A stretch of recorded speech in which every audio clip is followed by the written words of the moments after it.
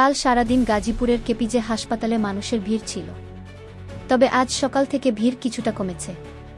হৃদরোগে আক্রান্ত হয়ে হাসপাতালে ভর্তি হওয়া তামিম ইকবালকে নিয়ে উদ্বেগও কিছুটা কমেছে। হার্টে রিং পরানোর পর তামিমের জ্ঞান ফিরে আসে, তিনি কথা বলেছেন।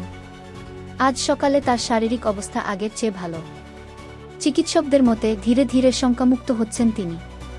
তামিমের চিকিৎসার দায়িত্বে থাকা এক চিকিৎসক জানিয়েছেন, তিনি এখন কার্ডিয়াক কেয়ার ইউনিটে আছেন এবং কিছুটা হাঁটার চেষ্টাও করছেন। স্বজনদের সঙ্গে দেখা করানোর জন্য তাকে কিছু সময়ের জন্য কেবিনেও নেওয়া হয়েছে, তবে পরে আবার নিবিড় পরিচর্যা কেন্দ্রে ফিরিয়ে আনা হবে। গতকাল বিকেএসপিতে শাইনপুকুরের বিপক্ষে মোহামেডানের হয়ে খেলার সময় তামিম বুকে ব্যথা অনুভব করেন। দ্রুত তাকে গাজীপুরের কেপিজে হাসপাতালে নেওয়া হয়। এরপর ঢাকায় যোগাযোগ করে তার জন্য একটি এয়ার অ্যাম্বুলেন্স পাঠানো হয় বিকেএসপির মাঠে। তবে কেপিজে হাসপাতাল থেকে বিকেএসপিতে ফিরে হেলিকপ্টারে ওঠার আগেই তিনি জ্ঞান হারান। শারীরিক অবস্থার অবনতির কারণে এয়ার অ্যাম্বুলেন্সে তোলাও সম্ভব হয়নি।